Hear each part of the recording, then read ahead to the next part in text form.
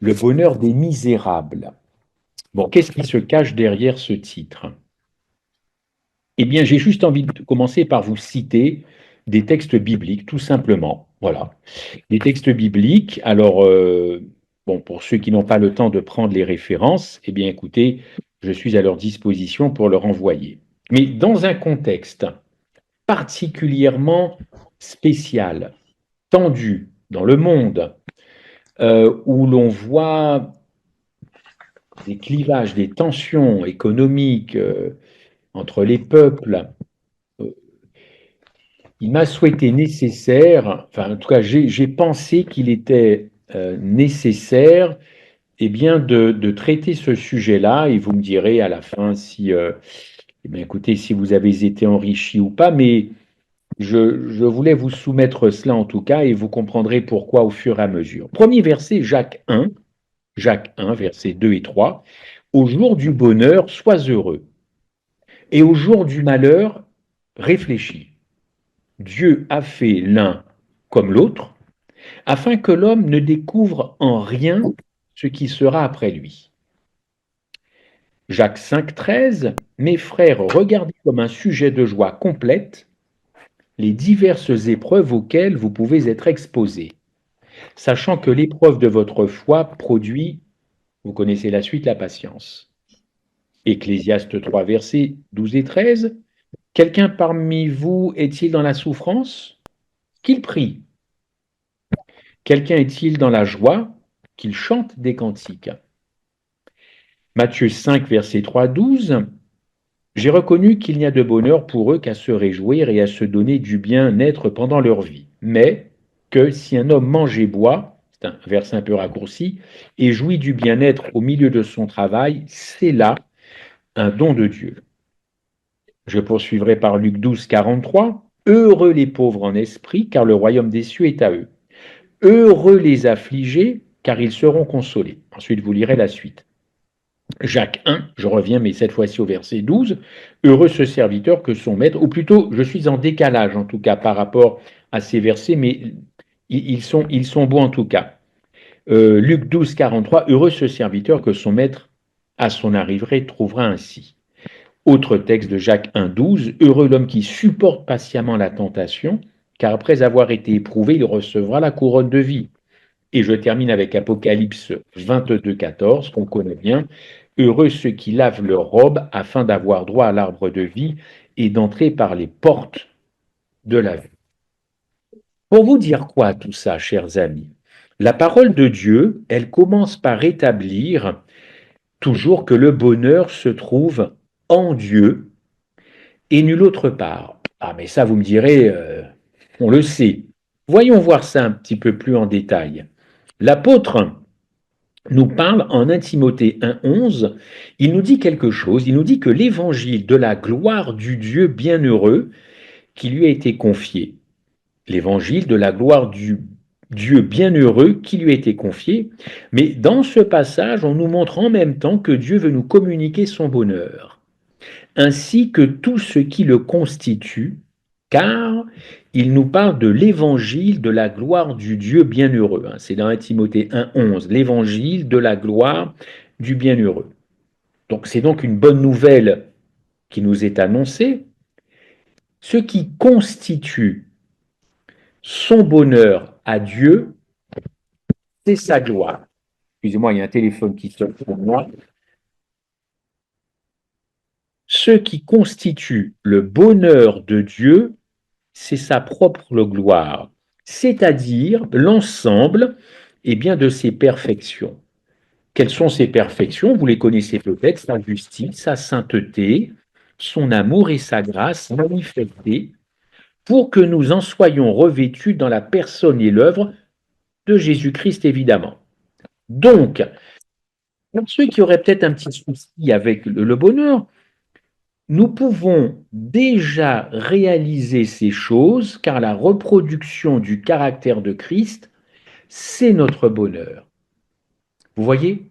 On va rentrer dans les textes tout à l'heure, quelques psaumes, mais c'est pas que j'ai découvert ça, mais je me suis dit, tiens, j'avais pas vu ça comme ça aussi. Je répète, la reproduction du caractère de Christ, ça doit être mon bonheur. Mais il est vrai que nous entrerons dans la plénitude de cette réalisation lors de l'apparition de notre Seigneur Jésus-Christ, 1 Timothée 6, 14. On voit donc bien que notre bonheur, c'est quelque chose d'infiniment élevé. Évidemment, que le caractère de Dieu soit reproduit dans ma vie, c'est quelque chose d'infiniment élevé, évidemment. Je déplore d'ailleurs qu'on parle très peu de nos caractères, encore une fois, pour se pencher sur autre chose que ça. Mais bon, j'y reviendrai. Et pourtant, notre bonheur, évidemment, nous le disons très souvent, ne dépend pas des circonstances extérieures. Très bien, on le sait. On dit que notre bonheur est en Christ. Oui, mais c'est quoi le bonheur en Christ? Est-ce que c'est le bonheur? Mais alors attendez, en fin de compte, c'est pas le bonheur d'avoir été sauvé. Attendez, qu'est-ce que je suis en train de dire là? Mais pourtant, le salut, la vie éternelle, mais ça doit apporter du bonheur, bien sûr. Mais je répète que vraiment, notre bonheur, c'est la reproduction du caractère de Jésus-Christ dans nos vies. Donc on voit bien non pas que le salut s'éloigne dans cette affaire-là. Vous me direz que tout est à peu près imbriqué, mais j'affirme la première chose ce soir, c'est que nous avons une vision très égocentrée du salut. Je répète, nous avons une vision très égocentrique, très égocentrée du salut. Surtout par les temps qui courent, où effectivement on voit que le temps avance et que les signes se manifestent évidemment. Mais à travers ça, les, on recherche une aspiration à quoi? À que plein de choses se réalisent, encore une fois, pour en finir de quoi? Ben pour en finir avec tous les problèmes qu'on a. Enfin bon, il faut bien que ça cesse tout ça, n'est-ce pas?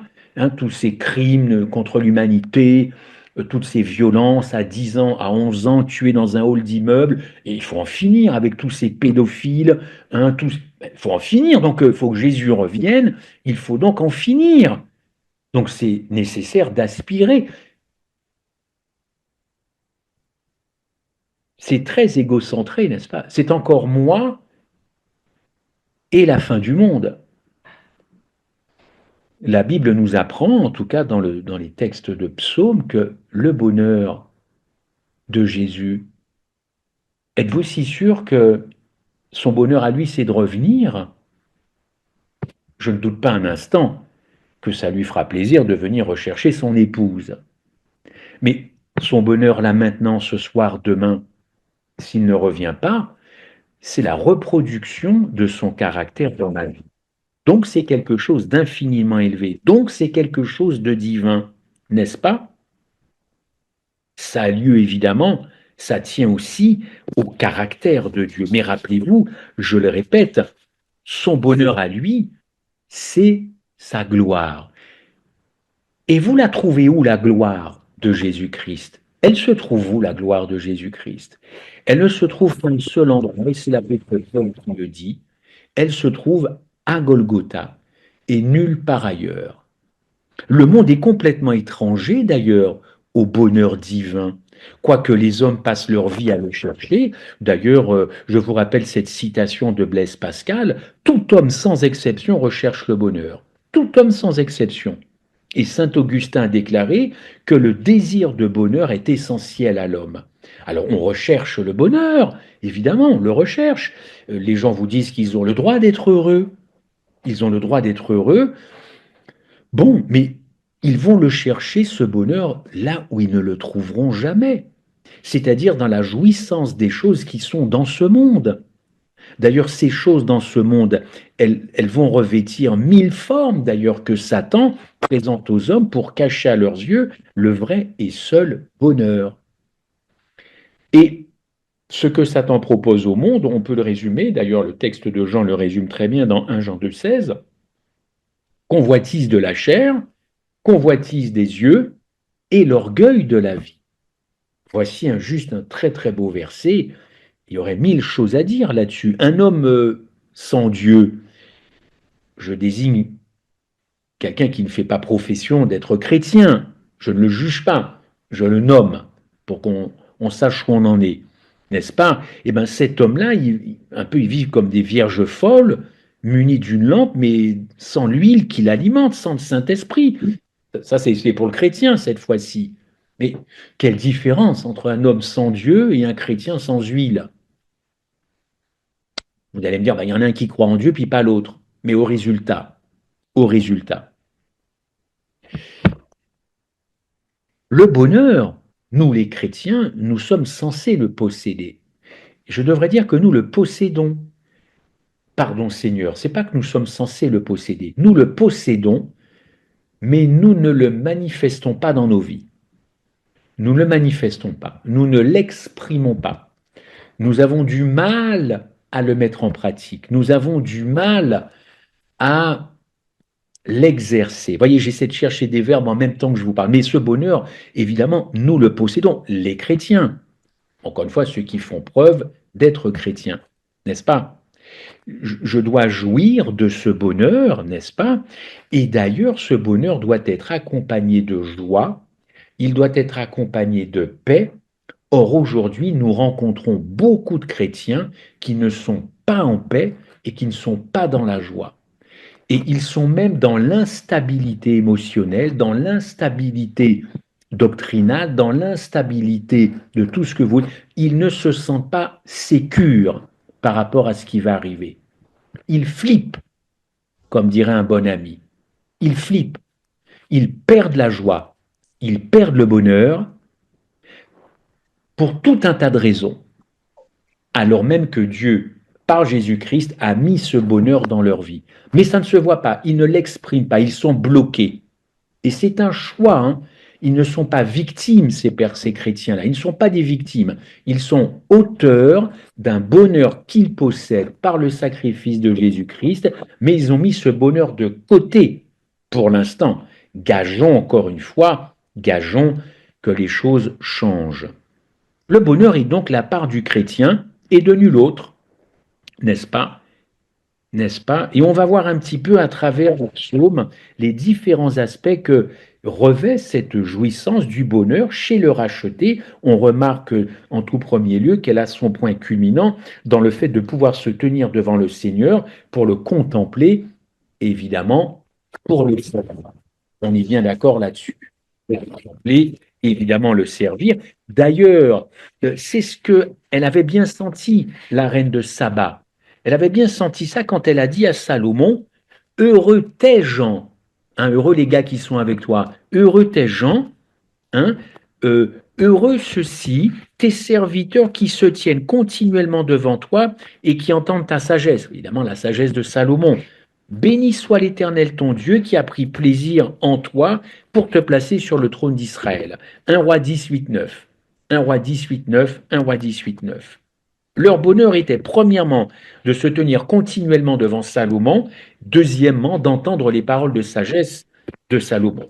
Et Saba, la reine de Saba ou Sheba, ça dépend des versions, elle a vu ça, elle a remarqué ça et elle l'a dit. Donc, le service, être à disposition, la proximité, l'ouïe des paroles du roi et la louange constituaient le bonheur dont parlait cette reine. Et écoutez, il en est de même du bonheur dont parle les Proverbes au chapitre 3, verset 13. N'est-ce pas? Bienheureux l'homme qui trouve la sagesse. Or, la sagesse n'est-elle pas, toujours selon le chapitre 8 de ce même livre des Proverbes, résumée en Jésus lui-même? On dit que dans Jésus-Christ, il y a beaucoup de sagesse, mais nous, est-ce que nous exprimons et expérimentons cette sagesse?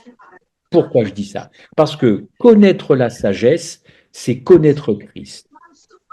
C'est costaud ça. Connaître la sagesse, c'est connaître Jésus-Christ. Connaître Jésus-Christ, c'est connaître la sagesse. C'est le connaître lui. Et quoi d'autre? Eh bien, ce que Dieu, lui, apprécie. Donc, je répète, connaître la sagesse, c'est connaître Jésus-Christ et ce que Jésus-Christ apprécie. Avant tout. Avant tout. n'est-ce pas? Et d'ailleurs, est-ce que cette reine, qui était venue d'ailleurs de très très loin, encore une fois, appréciait chez Salomon et les gens de Salomon, en tout cas l'entourage de Salomon. Alors, on résume un petit peu. Le bonheur est en Dieu, en Jésus-Christ, qu'il le communique aux chrétiens pour que ces derniers puissent en avoir la jouissance en la personne de Jésus-Christ, en la présence du Seigneur.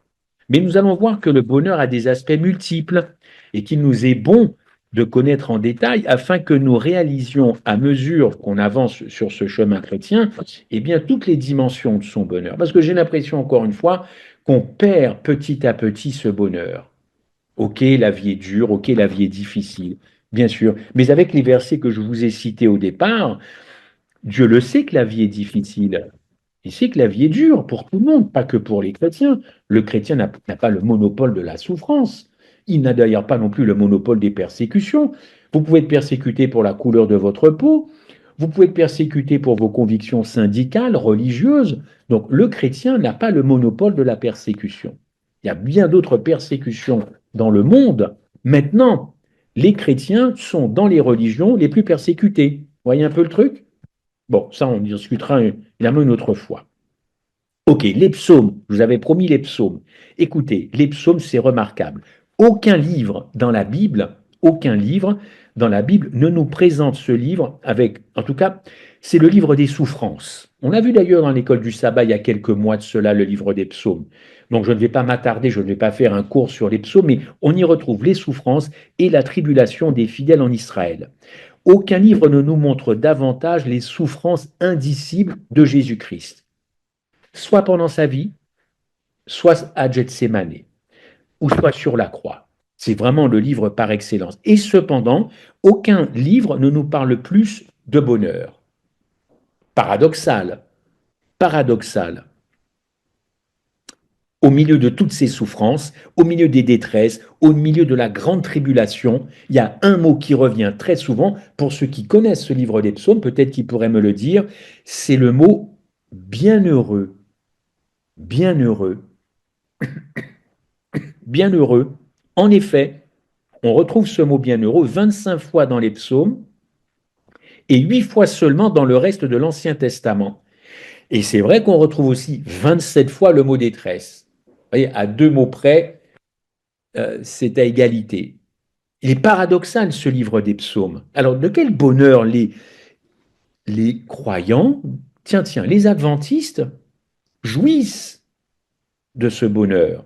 Et comment on peut appliquer ce bonheur à toutes les circonstances de notre vie? Ben, ce bonheur, on l'a tous éprouvé un jour, plus ou moins, de façon intense, n'est-ce pas, lorsque dans notre conversion, nous avons été appelés des ténèbres à sa merveilleuse lumière. Voilà, déjà ça c'est un bonheur. J'ai rarement vu des gens pleurer le jour de leur baptême, sauf à considérer que leur lame était une prise de conscience de la nature même de ce qu'ils allaient faire, bien entendu. Du coup, là, ce sont des larmes heureuses, mais pleurer de détresse au moment de ton bonheur, bon, j'ai fait quand même quelques églises, j'ai assisté à ça, j'en ai pas vu ça. OK? Alors, psaume 32, bienheureux celui dont la transgression est pardonnée et dont le péché est couvert, bienheureux l'homme à qui l'Éternel ne compte pas l'iniquité et dans l'esprit duquel il n'y a pas de fraude. Bienheureux ces gens-là, bienheureux. Nous avons désormais plus rien à cacher à Dieu, son amour a pourvu à tout et le sang de Jésus a couvert toutes nos iniquités devant les yeux de Dieu. Bienheureux l'homme, dit l'apôtre en citant ce passage, à qui Dieu compte la justice sans œuvre. Bienheureux l'homme à qui le Seigneur ne tient pas compte de son péché. Ça, c'est Romains 4, 7, 8, vous le connaissez.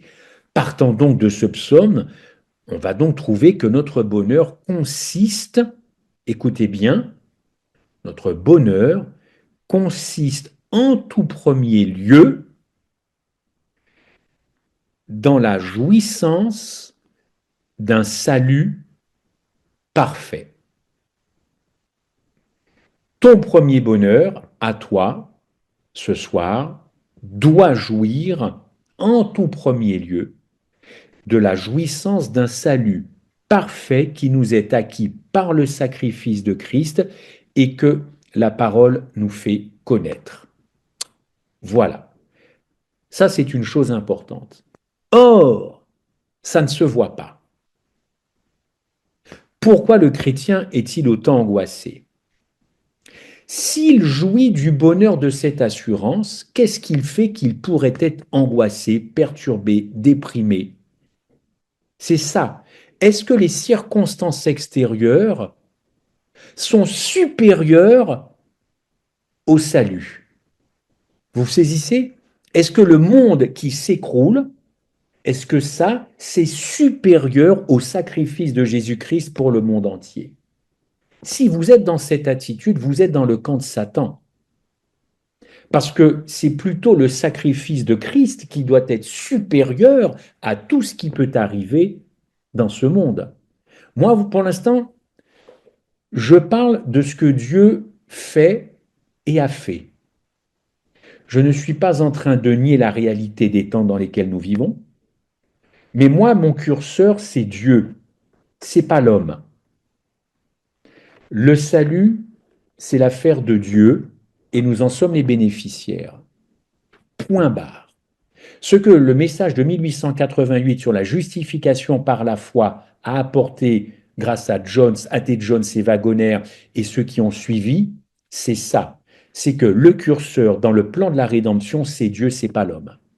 Et ça, c'est gênant pour le chrétien, je dirais pour le chrétien charnel, parce qu'il veut faire quelque chose. Il veut obtenir quelque chose. Il veut faire partie de quelque chose. Et donc, le curseur, il le place sur lui et non pas sur Dieu. Il reconnaît ce que Dieu a fait, bien entendu.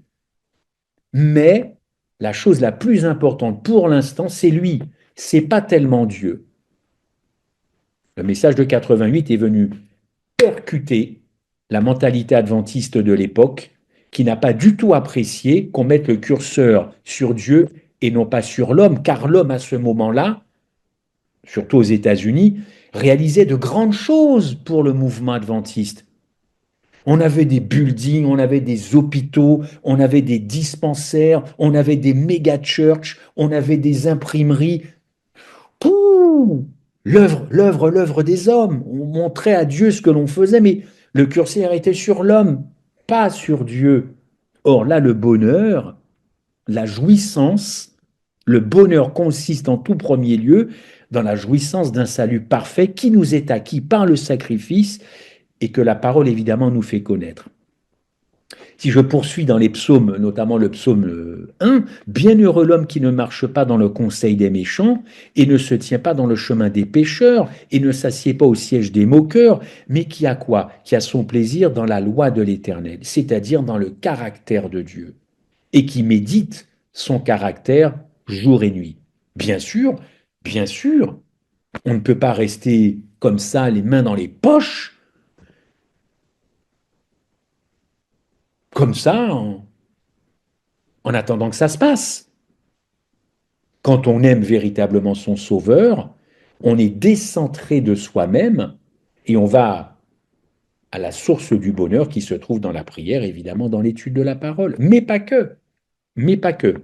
Et là, dans ce psaume 1 notamment, le croyant jouit du bonheur dans sa marche et dans sa conduite. Cette conduite, elle est caractérisée tout le long des psaumes. Alors bien sûr, les psaumes étaient adressés évidemment à Israël, à ceux qui souffrent, évidemment, mais ça nous parle aujourd'hui, ce résidu. Ce sont les mêmes aujourd'hui, les débonnaires, ceux qui traversent des problèmes. Regardez le sermon sur la montagne en Matthieu 5, 1, 12.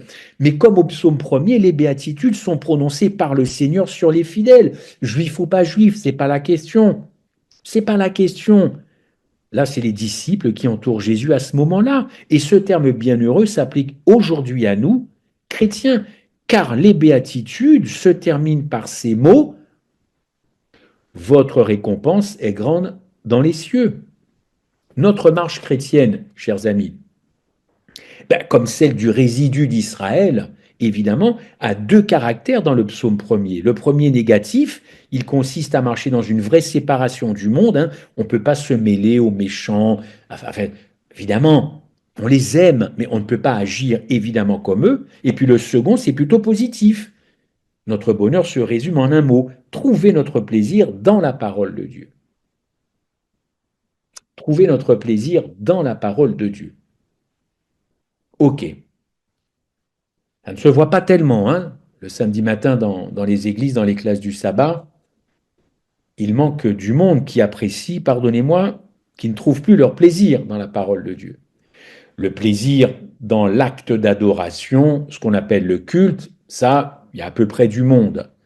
Mais le plaisir dans la parole de Dieu comme signe de reconnaissance et de cette jouissance du bonheur qui ne se trouve qu'en Christ et qui a mis ça dans ma vie, en tout cas, ça ne se voit pas dans les classes d'école du sabbat. Et évidemment, tous ceux qui ont déserté les églises pour tout un tas de raisons, ils vont me dire, oui, mais nous, on étudie la Bible à la maison.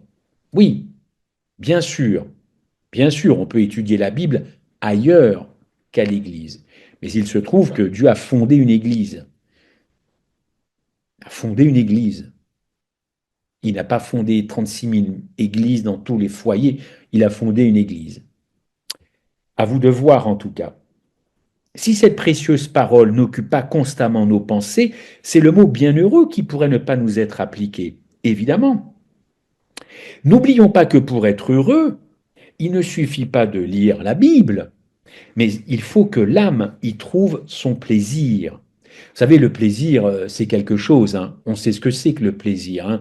Un bon petit gâteau, un bon petit yaourt, une bonne petite balade, un bon petit jogging, voilà, les choses de la vie. Une bonne sortie en vélo, la personne se reconnaîtra, ça fait plaisir, on y trouve son plaisir. Donc, s'il n'y a pas de plaisir à la base, s'il n'y a pas de plaisir à la base, ça va être évidemment compliqué de pouvoir méditer la parole. Ça va être compliqué. L'application à se nourrir implique nécessairement l'obéissance à tout ce qu'elle nous prescrit. Pour nous en tenir à l'enseignement de ce psaume, l'âme, qu'elle soit juive ou chrétienne, ce que vous voulez, obéissant à la parole, va vite comprendre ce qu'est le monde et évidemment, il évitera de faire comme le monde. Comme le monde.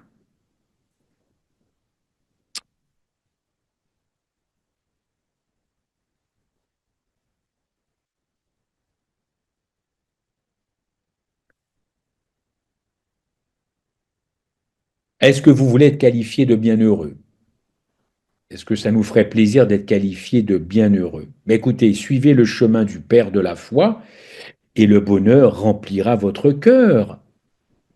Évidemment, ça ne nous coûtera, comment je pourrais dire ça? Si tout cela implique du renoncement et quelques souffrances, les choses se feront, ou sacrifices, si le mot n'est pas trop fort pour vous, tout ça nous paraîtra bien, bien léger en tout cas, bien léger. Un autre psaume, le psaume 119, versets 1 et 2, dit « Bienheureux ceux qui sont intègres dans leur voie, qui marchent dans la loi de l'Éternel, bienheureux ceux qui gardent ses témoignages, qui le cherchent de tout leur cœur. » Chercher, désirer, vouloir, ça ce sont bien des choses que Dieu met en nous. Encore faut-il que nous acceptions que tout ça soit à l'intérieur et que ça crée quelque chose. Je peux faire un blocage à ça. Je peux tout simplement bloquer cela. Il y a dans la parole de Dieu un épisode que vous connaissez bien, que j'aime bien, j'ai déjà prêché ça. Je vais juste revenir là-dessus, mais pas longtemps, parce qu'il suffit d'aller sur la chaîne YouTube de la Sentinelle pour retrouver un petit peu tout ça. Mais c'est l'histoire de Marie-Madeleine. Elle illustre très bien mon propos du bonheur, n'est-ce pas? Du bonheur que Dieu a imparti. Parce que si je le mélange, Karen ne va pas manger. Ok, du bonheur que Dieu a imparti dans le cœur de l'homme. Alors, bon, très rapidement, Jésus était à Béthanie, à table, chez Simon le lépreux. Ça vous rappelle des souvenirs, pour ceux qui connaissent un peu cet épisode. Et puis, il y a cette femme qui rentre avec un vase d'albâtre, un parfum de nard de très grand prix. Elle casse, enfin, en tout cas, elle se sert de ce nard, le répand sur la tête, casse le vase et plusieurs personnes sont indignées. Elles n'apprécient pas, elles ne comprennent pas. Et puis, on a quelqu'un qui dit, on aurait pu quand même vendre ça 300 deniers et le donner aux pauvres. Ça vous rappelle quelqu'un, je vous ne fais pas l'offense de vous dire qui, évidemment. La seule réponse de Jésus, qui n'est pas rentré dans un débat théologique, laissez-la, pourquoi lui faites-vous de la peine? Ça a été cash, hein, c'est dans Marc 14, 3 à 10. Laissez-la, pourquoi lui faites-vous de la peine? Elle a fait une bonne action à mon égard. Jésus de rajouter, vous aurez toujours des pauvres avec vous, et toutes les fois que vous voudrez, vous pourrez leur faire du bien. Mais moi, vous ne m'aurez pas toujours. Moi, vous ne m'aurez pas toujours. OK? Donc, laissez-la tranquille. Elle m'a fait du bien, n'est-ce pas? Et je vous dis en vérité, partout on va raconter, y compris ce soir sur la plateforme méditation et prière, partout on racontera ça, eh bien, il faut que cet évangile soit prêché et que cette histoire reste en mémoire des uns et des autres. Qu'est-ce que cette histoire dans le bonheur a à nous apprendre aujourd'hui? Eh bien, il y a cette histoire qui devrait quand même réveiller quelque chose qui s'est endormi dans notre âme. On peut prêcher encore une fois toutes les doctrines des uns des autres. On peut prédire le retour de Jésus à partir de demain jusqu'à l'infini. On peut dire tout un tas de vérités, y compris la fameuse vérité présente. Si, dans tout ce qu'on dit, on oublie de mentionner cette histoire, je trouve que l'on prive toutes les autres personnes qui ne partagent pas forcément nos convictions, on les prive du salut. On les prive du salut, hein. On les prive du salut, d'une grande compréhension du salut, pour être précis. On ne peut pas les priver du salut, le salut est acquis, mais de la grande compréhension du salut. Parce que Jésus prononce la phrase que Simon avait besoin d'entendre, n'est-ce pas? C'est pourquoi, je te le dis, il s'adresse à lui, Simon, ces péchés qui sont très très grands, c'était une prostituée, tout ça s'est pardonné parce qu'elle a beaucoup aimé, mais celui à qui on pardonne peu aime peu. Il y a quelque chose de très profond en rapport avec le bonheur. Vous comprendrez pourquoi. Notre besoin le plus urgent, évidemment, c'est de connaître Christ, hein. C'est de prier, c'est de chercher, c'est de comprendre. Mais notre plus grand besoin en tant que chrétien, encore une fois, c'est comment aimer. Comment aimer? Si Dieu a mis tout ce bonheur dans ma vie et que je le reconnais, moi je me pose une question et que j'ai conscience de ce bonheur qui vient directement de la croix. Si je suis dépositaire de ce bonheur, mais je me demande pourquoi nous avons autant de mal à nous supporter les uns les autres et à nous aimer. En fin de compte, qu'est-ce qu'on fait de ce bonheur-là? Ben, tout simplement, on l'a privatisé, ce bonheur-là. On a privatisé le salut. C'est pour ça que je vous disais tout à l'heure que nous avons une idée très égocentrée du salut. Moi, je le dis souvent, hein, sauf qui peut. Sauf qui peut. À la fin des temps, sauf qui peut. J'aurais presque envie de mettre au défi quelqu'un, quand tout s'effondrera autour de lui, tout s'effondrera. On viendra fusiller les trois quarts de sa famille devant lui, on viendra faire tout un tas de trucs. Je mets cette personne au défi de ne penser qu'à elle, plutôt de penser aux autres. Elle va vouloir sauver sa propre peau, n'est-ce pas? On privatise le salut. C'est moi et c'est plus tellement les autres. Alors vous allez me dire, mais c'est paradoxal parce que nous, les adventistes, nous devons proclamer le message des trois anges. Et il y a beaucoup d'actions qui sont faites pour avertir les gens à la fin de ce qui va se passer, les avertir. Des bouquins sont distribués, j'en sais quelque chose avec une autre association, des conférences, enfin, c'est un peu contradictoire ce que je pourrais dire là. Ça dépend. Si le fait d'avertir les autres, c'est biblique et il faut le faire, ça dépend encore dans quel état d'esprit c'est fait. Ça dépend dans quel but c'est fait. Mais je crois fondamentalement que le salut est quelque part, oui, privatisé. On comprend le lien public-privé, hein. C'est privatisé parce que Vraiment, vraiment, c'est moi et mon Dieu, c'est moi et ma place, c'est moi. Or, dans tout ça, je me dis, mais comment, en fin de compte, si on pense qu'à soi, comment aimer les autres? Prévenir l'autre, c'est une bonne chose, il n'y a pas de problème. Mais dans quel intérêt je fais ça? Agrandir la famille? Faire flipper la personne? Et si d'abord je le faisais découvrir son sauveur? Et si c'était peut-être ça, une bonne méthode, si on peut parler de méthode? D'abord faire découvrir le bonheur. Ben, découvre le bonheur est là. Le bonheur, il a un nom, Jésus-Christ. Le bonheur, il a un endroit, Golgotha. Le bonheur, mais fais découvrir d'abord le bonheur. Parce qu'après, quand toutes ces choses vont arriver, le bonheur que tu as là, il va te défendre. Tu n'auras pas peur. Tu seras rempli d'amour pour les autres, même ceux qui viendront te persécuter. Enfin, qui refuse d'être heureux, quoi? Enfin, sur cette plateforme ce soir, qui n'a pas envie d'être heureux? Et je ne vous parle pas de ce petit bonheur comme ça, le vrai bonheur. Encore une fois, celui que Dieu a imparti. Moi, je ferai d'abord découvrir le bonheur, la personne du bonheur, l'œuvre du bonheur. Et puis ensuite, je dirais, mais voilà, ce bonheur, diffusez-le, quoi. Diffusez-le. Donc, si c'est ça l'évangélisation, il n'y a pas de problème. Mais si l'évangélisation, c'est d'abord dire tout ce qui va arriver va te priver du bonheur parce que tu ne te seras pas donné au bonheur, enfin, je trouve qu'il y a un décalage. Il y a un décalage selon moi. Et cette histoire de Marie-Madeleine, en fin de compte, quand Jésus dit au verset 40, elle a beaucoup été pardonnée, elle a beaucoup aimé, c'est une affaire d'amour. Voilà, comment aimer? Est-ce que c'est si facile d'aimer?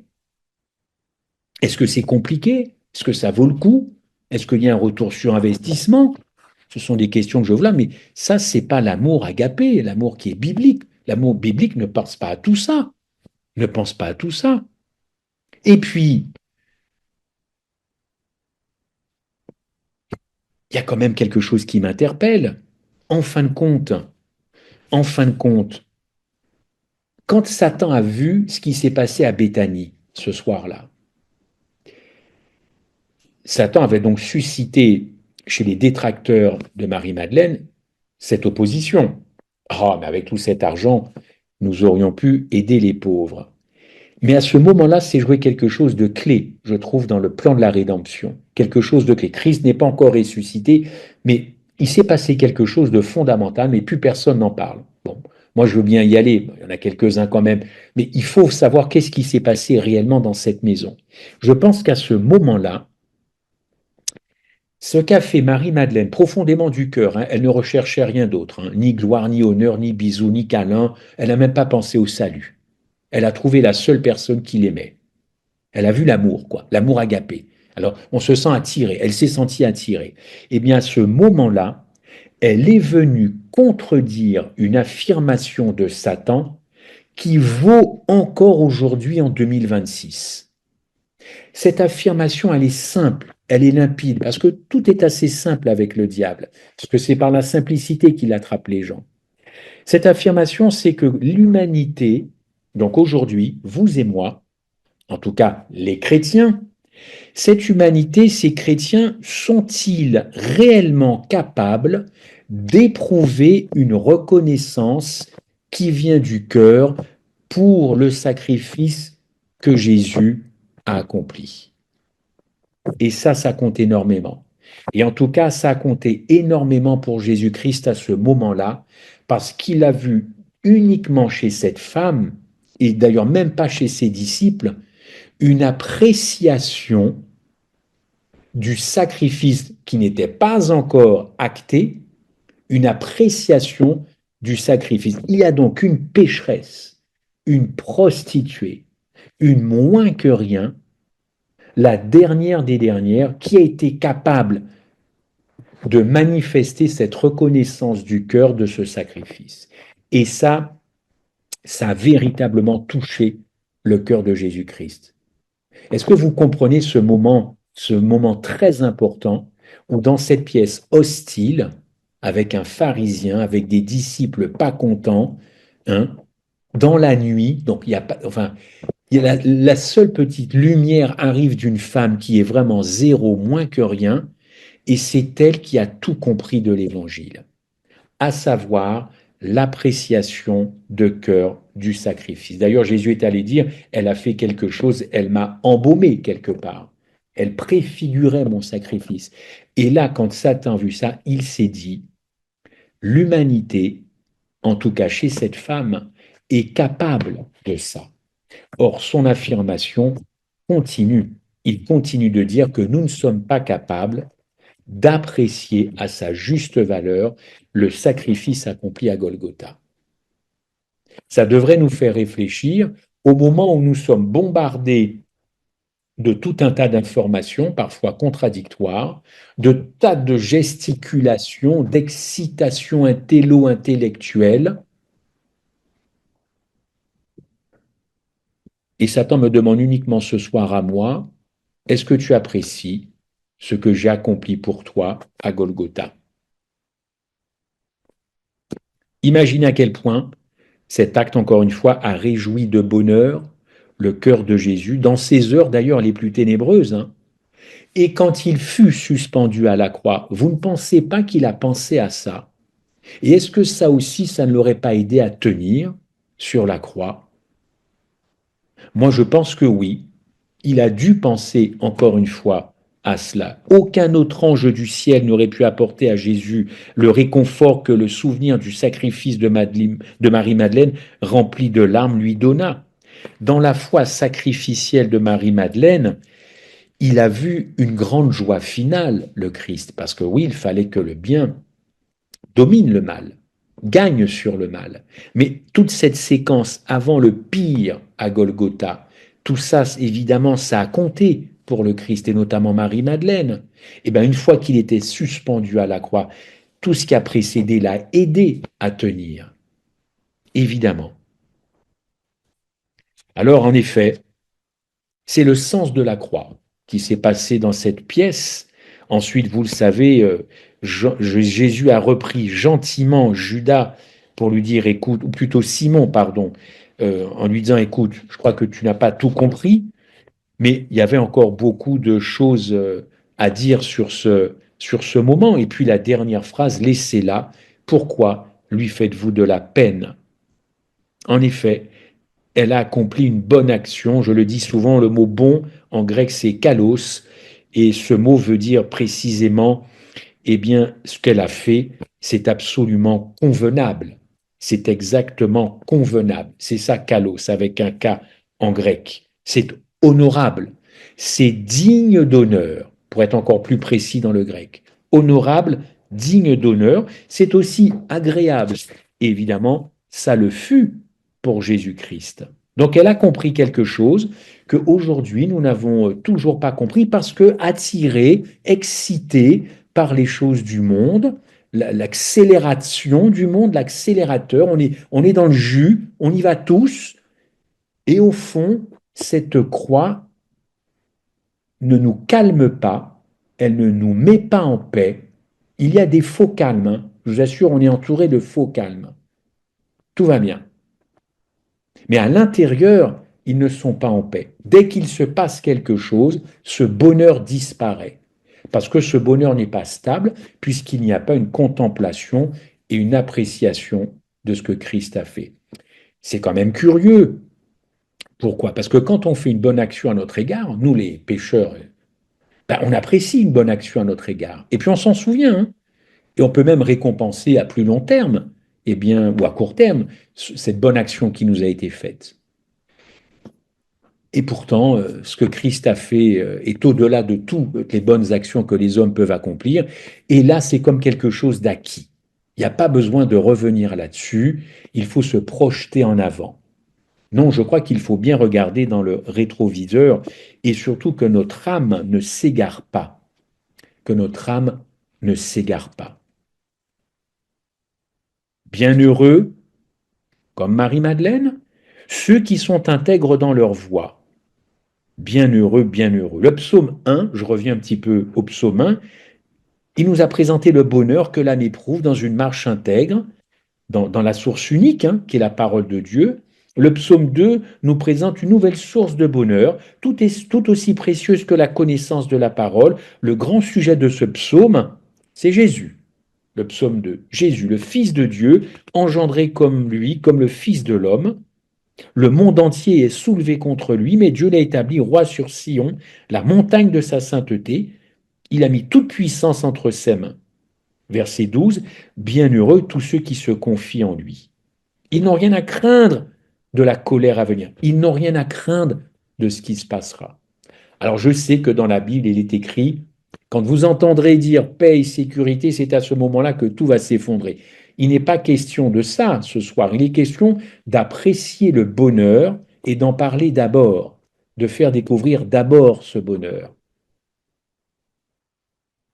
Et il y a bien des choses que nous faisons découvrir avant aux gens pour qu'ils comprennent les choses après, en tout cas celles qui vont suivre.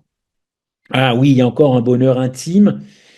Un bonheur intime, c'est celui, c'est vrai, de nos affections. Psaume 41, bienheureux celui qui comprend le pauvre. Ce bonheur, il est spécial. Comprendre le Seigneur dans son abaissement, l'adorer dans son humiliation.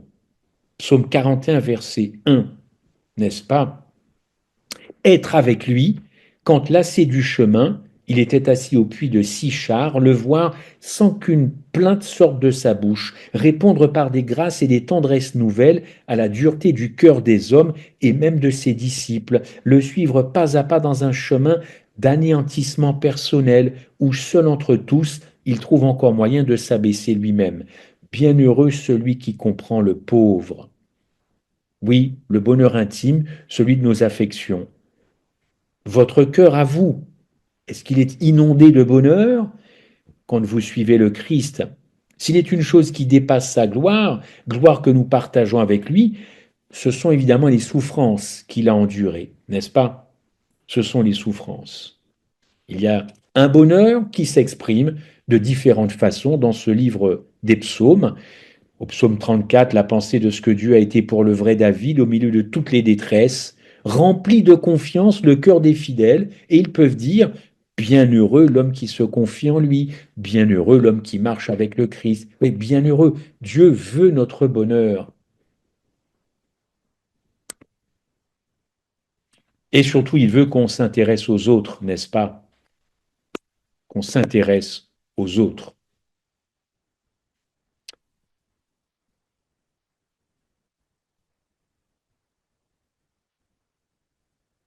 Luc 12, c'est bientôt la fin. Luc 12, un passage qui se rapproche de celui-ci, enfin d'un autre psaume, parce qu'il s'agit de l'espérance, mais ce que nous ne trouvons pas dans le psaume 65, c'est le bonheur qui accompagne un service lié à l'attente continuelle. Voilà. La bienheureuse espérance, Tite 2, verset 13. La bienheureuse, notre espérance chrétienne. Elle-même ne peut être le sujet, en tout cas, des psaumes, car ils n'attendent la délivrance du résidu que par le jugement. Mais nous, aujourd'hui, nous pouvons évidemment avoir cette bienheureuse espérance. Il s'est passé des choses depuis que le peuple juif est sorti d'Israël. Donc ce n'est pas tout à fait la même espérance. Eux voulaient sortir du joug des Égyptiens. Bon, nous, c'est plutôt le joug du péché, n'est-ce pas? Bienheureux l'homme dont la force est en toi et ceux dans le cœur desquels sont les chemins frayés. Ça, c'est encore un autre psaume. Éternel des armées, bienheureux l'homme qui se confie en toi. Si je vous parle de tout ça ce soir, et ce sera ma conclusion, c'est parce qu'en fin de compte, il y a du trouble chez nous, il y a du trouble. Nous sommes parfois troublés, un peu décontenancés.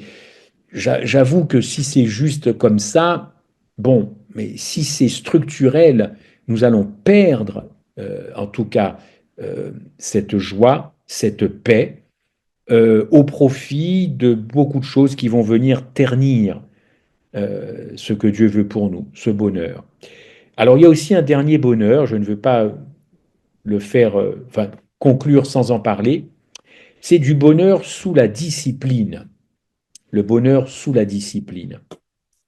Pourquoi je vous parle de ça? Parce que si on lit un texte, le psaume 94, versets 12 et 13, Bienheureux l'homme que tu châties.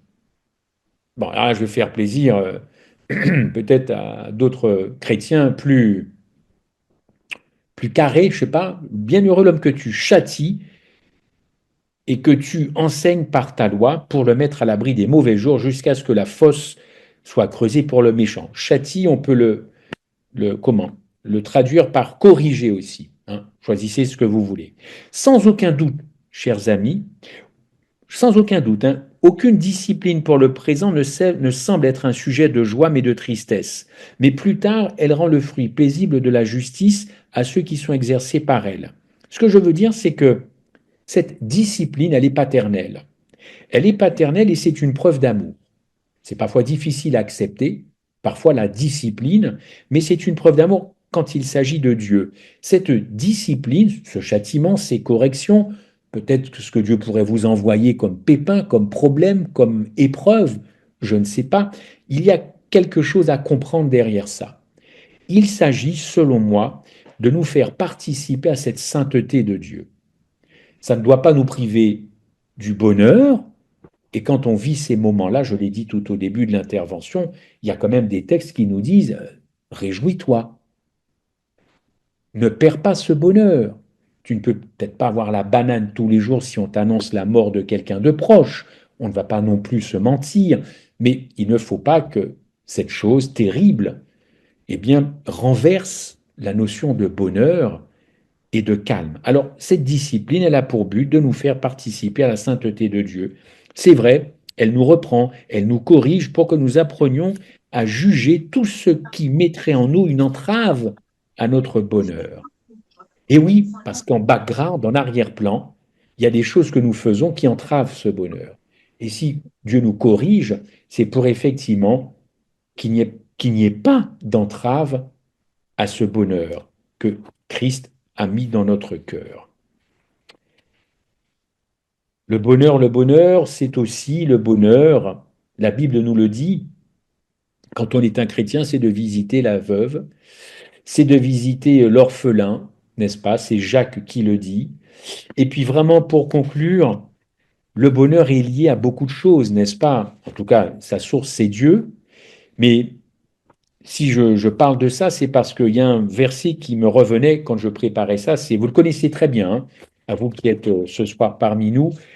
C'est Apocalypse 2, verset 4. Tu as abandonné ton premier amour. Voilà, tu as abandonné ton premier amour. Marie-Madeleine a beaucoup aimé, elle a beaucoup pardonné. Nous avons abandonné notre premier amour qui est le Christ. L'amour, le bonheur, la reconnaissance, l'appréciation. N'est-ce pas ces choses que nous devrions étudier, euh, réfléchir, prier dans ces temps difficiles, compliqués, c'est vrai, catastrophiques pour certains, compliqués, c'est vrai. Mais est-ce qu'il n'y a pas autre chose à faire que de se recentrer encore une fois sur ça pour nous aider, évidemment, à affronter aujourd'hui, pas demain.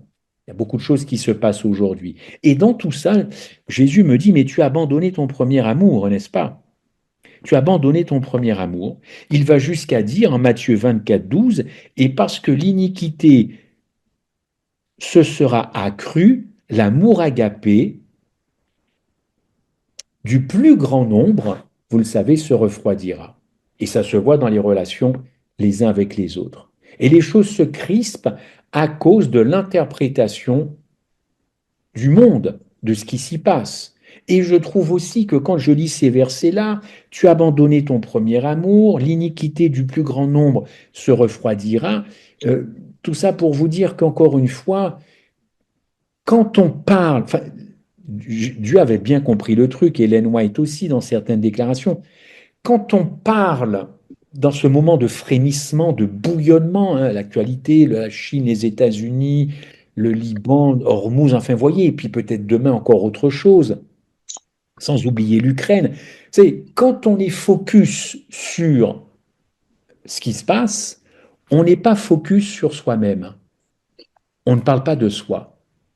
Donc c'est assez facile de parler des choses extérieures à soi. Parce que quand il s'agit de parler de soi, de son caractère, de son comportement, de ce que l'on dit, de ce qui peut s'échapper de notre bouche quand on est un peu énervé, agacé, vous voyez, là, et la Bible m'invite, surtout en ce moment, à faire cette espèce d'introspection. Tu as perdu ton premier amour, il n'est donc pas trop tard pour le retrouver. Ça, c'est moi qui rajoute ça.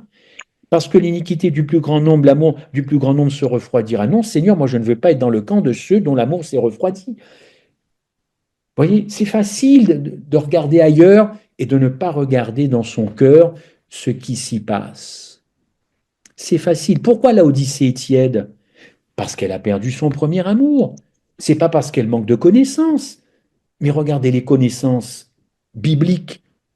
Ça ne réchauffe pas les cœurs, sinon Dieu n'aurait pas écrit ça. Les connaissances bibliques, ça ne réchauffe pas les cœurs. Mais non, sinon Jésus n'aurait pas écrit que la Odyssée est tiède. Si une tête comme ça, boum, ben, il a remarqué, ben, la Odyssée, c'est chaud, ils sont chauds bouillants. Non, c'est ça que je n'arrive pas à comprendre chez certains chrétiens, c'est cette projection de l'extérieur. Évite de parler de toi-même, de ce qui peut se passer en toi-même. Et c'est facile entre ceux qui ne font rien, ceux qui font trop de choses, ceux qui sont méchants, ceux qui parlent mal. Moi, j'arrive à avoir une idée du verset biblique dans Matthieu 24 au niveau des SMS et des textos. Ça se voit que l'amour du plus grand nombre s'est refroidi. C'est pas au futur que moi j'aurais écrit ce verset-là, si j'étais Matthieu. C'est la façon dont les échanges se font uniquement sur SMS et textos. Je trouve qu'il n'y a plus de remerciements, il n'y a plus de bonjour, il n'y a plus de salutations. On envoie directement ton message. Et quand tu dis quelque chose, tu n'as même pas un merci. J'ai présenté mes condoléances à un homme, à un pasteur. Évidemment, je ne vous dirai pas son nom. Je ne l'ai pas fait dans le but qu'il me réponde. Mais moi, mes parents m'ont éduqué que quand tu présentes tes condoléances ou des félicitations à quelqu'un, le minimum, c'est de remercier la personne parce qu'elle a pensé à toi. 6 mois sont passés, j'ai toujours pas de remerciement. Et j'ai refait ça une autre fois pour... C'est des petites choses comme ça. Pas de remerciement, pas de salutation cordiale ni fraternelle, même pas bonjour, même pas au revoir. Regardez comment les gens, qui s'apprécient par ailleurs, comment ils s'écrivent. Enfin, écoutez, l'amour du plus grand nombre, je suis désolé, mais je suis peut-être manichéen, mais ça se joue là-dessus aussi. Hein. Ça se joue là-dessus. Et l'Éternel nous attend à la fin des temps dans la façon dont on va se traiter les uns les autres. C'est cette fin du monde qu'il attend de voir comment ça se passera dans mon cœur. Il attend de voir comment cette fin du monde va se passer dans mon cœur, dans mon foyer, à mon travail, à l'église. Enfin, vous voyez un peu le système. C'est ça qui est important, je pense, pour Dieu, et c'est ça qu'il faut travailler à la lumière de ces versets que j'ai pu vous donner. 3 choses demeurent, c'est ma conclusion, Marceline. 3 choses demeurent, foi, espérance, amour agapé, mais la plus grande chose qui restera sur terre à la fin de la fin de la fin de la fin, c'est l'amour agapé. Ce fut le début, ce sera la fin. Ce fut le début, ce sera la fin. Amen. Et je vous souhaite beaucoup de bonheur. Contrairement à la chanson Il est où le bonheur que vous connaissez de Christophe Maé, il est où le bonheur? Mais je vais lui écrire à cet homme, mais je vais dire, mais Dieu t'a donné du bonheur. Bon, j'ai pas son adresse. Hein. Voilà. Merci de m'avoir entendu sur ce sujet. Et je ne veux pas vous retenir plus longtemps en tout cas.